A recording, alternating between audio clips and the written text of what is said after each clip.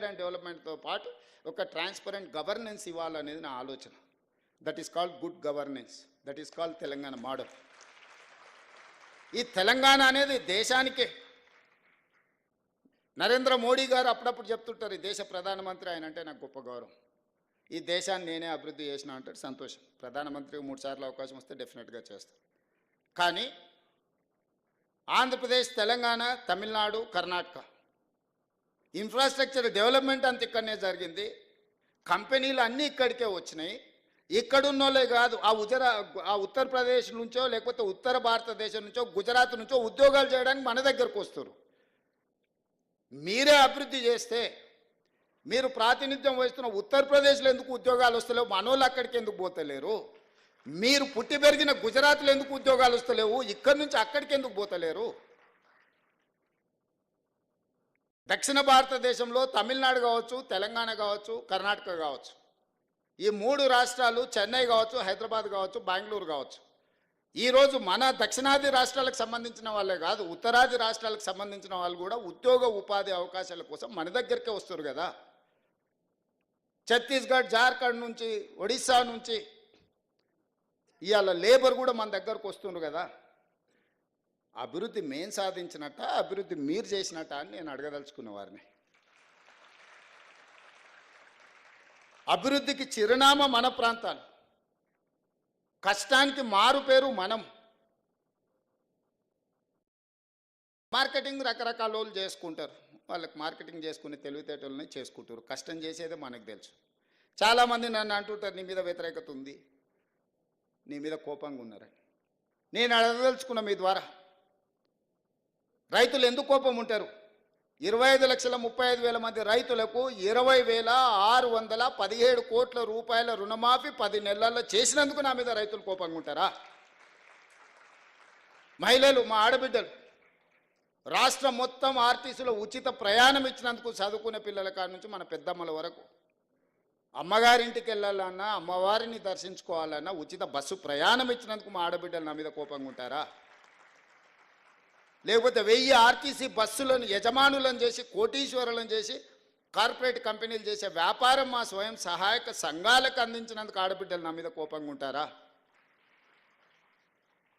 లేకపోతే 1000 మెగావాట్ల సోలార్ విద్యుత్ ఉత్పత్తి సామర్థ్యం, సోలార్ పవర్ ప్రాజెక్ట్స్ అంటే అదానీ, అంబానీలు, టాటాలు, బిర్లాలని ఒకప్పుడు అనుకునేది. అదానీ, అంబానీలతో పోటీ పడే విధంగా మా ఆడబిడ్డలకు 1000 మెగావాట్ల సోలార్ విద్యుత్ ఉత్పత్తి కాంట్రాక్ట్ మా ఆడబిడ్డలకు, మా సీతక్కకు చెప్పి, మా బట్టి విక్రమార్క గారికి చెప్పి ఇవాళ 1000 మెగావాట్ల సోలార్ ఉత్పత్తి సామర్థ్యం ఒప్పందం మా ఆడబిడ్డలు చేసిన. అందుకోసం నా మీద కోపంగా ఉంటారా? 50 లక్షల కుటుంబాలకి ఈరోజు 200 యూనిట్లు ఉచిత కరెంట్ ఇస్తున్న పేదవాడి ఇంట్లో వెలుగులు ఈరోజు ఈ ప్రభుత్వం ఇస్తుంది. అందుకోసం ఈ 50 లక్షల కుటుంబాలు నా మీద కోపంగా ఉంటారా? 43 లక్షల మంది ఆడబిడ్డలకు 500 రూపాయలకు సిలిండర్ ఇస్తున్నాం, అందుకోసం నా మీద కోపంగా ఉంటారా? విద్యార్థులకు, లక్షలాది మంది విద్యార్థులకు 40% డైట్ ఛార్జెస్, 200% కాస్మెటిక్ ఛార్జెస్ పెంచినందుకు ఆ చిన్నారులు నా మీద కోపంగా ఉంటారా? అంతెందుకు 57,000 ఉద్యోగ నియామక పత్రాలు అందించినందుకు వాళ్ళు ఉంటారా కోపంగా? ఉద్యోగాలు వచ్చిన వాళ్ళు ఎందుకు ఈరోజు 922 కుటుంబాలు వచ్చినాయి. మీకు అందరికీ నేను ఉద్యోగ నియామక పత్రాలు రవీంద్ర భారతిలో పిలిచి మీకు అప్పచెప్పినందుకు మీకు నా మీద కోపం ఉందా? ఇన్నేళ్ళ మీ కళ సాకారమైనందుకు నా పట్ల అభిమానం ఉంటుందా? నా మీద కోపం ఉంటుందా? సోషల్ మీడియాలో ఎవడో పెట్టిందాన్ని మీరు ఎవ్వరు ఏమనకపోవడం వల్ల అదే నిజం అనే అబద్ధం, నిజం గడప దాటే లోపల అబద్ధం మొత్తం ప్రపంచాన్ని చుట్టేసి వస్తుంది. ఏంటంటే వాళ్ళు అడ్డగోలుగా సంపాదించారు, ఎంతైనా పెట్టుబడి పెడతారు.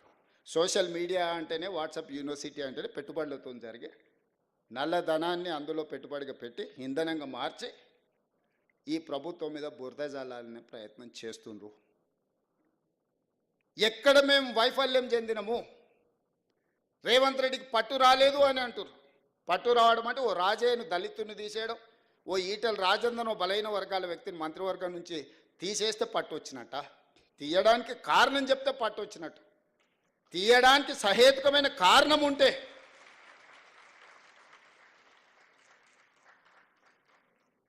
నీ సొంత మోడైనా తప్పు చేస్తే లోపల పెడితే నీకు పట్టు వచ్చినట్టు, కానీ పంచక తింటే పట్టు వచ్చినట్ట? పరిపాలన భవనమైన సచివాలయానికి రానోనికి 10 ఏళ్ళు రానోనికి పట్టొచ్చిందంట పరిపాలన మీద. రోజుకు 18 గంటలు పనిచేస్తున్నా మీకే అందుబాటులో ఉన్నా నాకు మాత్రం పట్టు రాలేదు అంటున్నారు. ఎట్లా దీన్ని జస్టిఫై చేయాలో మీరు చెప్పండి అని అడుగుతున్నాను నేను. ఏ రోజైనా సచివాలయానికి మమ్మల్ని, నేను సీతక్క కూడా సచివాలయానికి పోతే పోలీసులు పట్టుకొచ్చి మా ఇంటికాడ వదిలేసి వచ్చారు. ఇవాళ సచివాలయంలో ఎవరో బిల్లులు రాలేదని ధర్నా చేసి నేను లోపలికి రానియకపోతే వాళ్ళు వచ్చి ధర్నా చేయగలుగుతారా మిత్రులారా? మీరు చెప్పండి. సామాన్యుడు కూడా సచివాలయానికి వచ్చి తన బాధను చెప్పుకోవడానికి, అవసరమైతే నిరసన తెలపడానికి ఈ ప్రభుత్వం అవకాశం ఇచ్చినందుకు కదా మీరు వచ్చి నిరసన తెలిపింది. ఏ ధర్నా చౌక్లో పుట్టి పెరిగిన మీ పార్టీ ఆ ధర్నా చౌక్ను మూసేస్తే నేను వచ్చిన వెంబడే ధర్నా చౌక్ తెరిచి ప్రజలు ఏం నిరసన తెలిపినరో నేను తెలుసుకోవాలనుకుంటున్నా. ఆ ధర్నా చౌక్లో నిరసన వాళ్ళ యొక్క సమస్య, ఆ సమస్యను పరిష్కరించడం మా బాధ్యత. ధర్నా చౌక్ ఓపెన్ చేసినందుకు నా మీద కోపం ఉందా, నాకు పట్టు రాలేదా అని నేను అడుగుతున్నా. నేను ధర్నాలు చేయనిచ్చినందుకే కదా మీరు పట్టు రాలేదంటున్నారు. అదే పోలీస్ సిబ్బంది ఒక 11 మంది మాత్రమే మారినాం. ఒక కుటుంబం ఒక 11 మంది మంత్రులు మారిన, మిగతాళ్ళంతా సేమ్ అదే వ్యవస్థ కదా. కేసీఆర్, కేటీఆర్, హరీష్ రావు, దయాకర్ రావు ఇట్లాంటి మంత్రులు మారినరు. రేవంత్ రెడ్డి, సీతక్క, లేకపోతే బట్టి విక్రమార్క గారు, శ్రీధర్ బాబు గారు, మా 11 మందిమే కదా మారింది తెలంగాణ రాష్ట్రంలో. ఉన్న వ్యవస్థ మొత్తం అదే కదా. అదే పోలీసులకు నేను ఆదేశాలు ఇస్తే నిమిషాలలో ఇళ్ళకి వెళ్ళి బయటకు వెళ్ళకుండా అందరిని లోపలేసి తాళం వేసి వంగబెట్టి దంచరా? కోదండరాం తలుపులు వలగొట్టిన వాళ్ళు కేటీఆర్ తలుపులు వలగొట్టి ఈపులు వాళ్ళకి దంచరా? నువ్వు చెప్పినవు, నేను చెప్పలేదు. నేను అట్లాంటి విధానానికి వ్యతిరేకం కాబట్టి మీరు బయటకు వచ్చి ధర్నాలు చేస్తూ, దీక్షలు చేస్తూ నన్ను తిడుతురు. ఆనాడు నువ్వు ఆదేశాలు ఇస్తే కోదండరాం గారు తలుపులు బద్దలు కొట్టిన పోలీసులు నీ ఈపులు పక్కన వలగొట్టారా మేము చెప్తే? ఆ విధానానికి మేము వ్యతిరేకము. అరే వాళ్ళ బాధ ఏముందో చెప్పుకొని అనరా, వింటే అందులో ఏదైనా రీజనబుల్ ఏమన్నా ఇష్యూ ఉంటే రిజాల్వ్ చేయాలనే ఆలోచనతోటి మేము అవకాశం ఇస్తున్నాము. సేమ్ అదే పోలీస్ వ్యవస్థతో మీరు అంచివేసినట్టు మేము అంచేయలేమా? మాకు తెలియదా? ఆ మాత్రం తెలివి లేకుండానే 20 ఏళ్ళు అపోజిషన్లో ZPTC, MLA, MLC, MP, party president, ముఖ్యమంత్రి అయిన 20 ఏళ్ళు ఏం తెలియకుండానే ఇంత దూరం వచ్చినా మీరు అవకాశం ఇచ్చారా? గడీలలో వెరగకపోవచ్చుగా నల్లమల్ల అడవుల్లో వెరిగినాం కదా. క్రూర జంతువులను చూసినాం, సామాన్యులను కూడా చూసినాం కదా. గడీలలో దొరల్లాక మేము పెరగకపోవచ్చు, కానీ నల్లమల్ల అడవుల్లో చెంచులను చూసుకుంటేనే, పేదోళ్ళని చూసుకుంటేనే పెరిగినాం కదా. మాకు మనుషులు ఎట్లుంటారు, మానవ మృగాలు ఎట్లుంటాయో మాకు తెలియదా? తెలియకుండానే ఇంత దూరం వచ్చినా నేను. మాకు మానవత్వం ఉంది, మీకు మానవత్వం లేదు.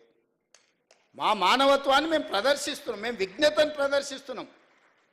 రాజు అనేవాడు విజ్ఞతతో వ్యవహరించాలి అని.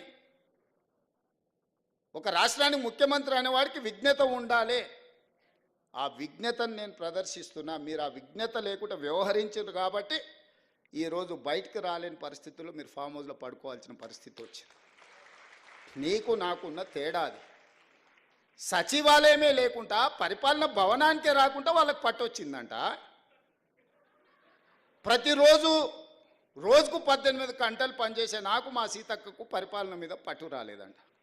ఇది ఎట్లా విశ్లేషిస్తారో మీరు అందరూ చదువుకున్న వాళ్ళు మిమ్మల్నే విశ్లేషించమని అడుగుతున్నా. తెలంగాణ సమాజాన్ని విశ్లేషించమని అడుగుతున్నా. ఇంద్రవల్లి అమరవీరులకు ఇండ్ల పట్టాలిచ్చి భూములు ఇచ్చినందుకు, ఇంద్రవల్లి అమరవీరుల స్తూపాన్ని ఒక పర్యాటక కేంద్రంగా చేసినందుకు మా మీద ఆదివాసీలు కోపంగా ఉన్నారా? లేకపోతే సమ్మక్క సారలమ్మ జాతరని అద్భుతంగా నిర్వహించినందుకు మా మీద కోపంగా ఉన్నారా? లేకపోతే యాదగిరి గుట్టని యాదాద్రి నువ్వు చేస్తే తెలంగాణ ప్రజల యొక్క ఇష్టదైవం యాదగిరి గుట్ట లక్ష్మీ నరసింహస్వామి, ఆ పేరును కూడా తెలంగాణకు వదలలేను. చాలామంది యాదగిరి అని మిత్రులు ఉన్నారు. ఆయన యాదాద్రి మారవంగానే నా దగ్గరకు వచ్చి, సార్ మరి ఆ గుట్ట మీద చూసి మా తల్లిదండ్రులు యాదగిరి అని పెట్టారు, అది మారింది, ఇప్పుడు మా పరిస్థితి ఏందని. మీకేం చింతొద్దా, నేను వచ్చినాక మళ్ళీ యాదగిరి గుట్ట చేస్తా అని యాదగిరి గుట్ట చేసిన. వాళ్ళకి టీటీడీ ఉంటే మనకు వైటీడీ ఉంది. మనం కూడా పెద్ద సంస్థను ఏర్పాటు చేసుకున్నాం. ప్రతిసారి దర్శనాలకు వాళ్ళని అడుక్కొని మా ఎమ్మెల్యేల లెటర్లే అని మనం అడుక్కున్నాం ఎందుకు? భద్రాచలంలో రాములవారు లేరా? లక్ష్మీ నరసింహస్వామి లేడా? లేకపోతే రామప్పలో శివుడి అంశ లేదా మనకు? మనం మన వాటిని అభివృద్ధి చేసుకోలేదు కాబట్టి, ప్రభుత్వం వాటి మీద దృష్టి పెట్టలేదు కాబట్టి ఈరోజు మనం ఇతరుల వైపు చూస్తున్నాం. అద్భుతమైన శిలా సంపద ఉన్నది, అద్భుతమైన దేవాలయాలు ఉన్నది, అద్భుతమైన సంస్కృతి ఉన్నది తెలంగాణ ప్రాంతానికి. అందుకే ఈరోజు మనం ఎండోమెంట్స్ పాలసీ తీసుకొచ్చి టూరిజం ప్రమోషన్లో భాగంగా ఈరోజు వీటన్నిటిని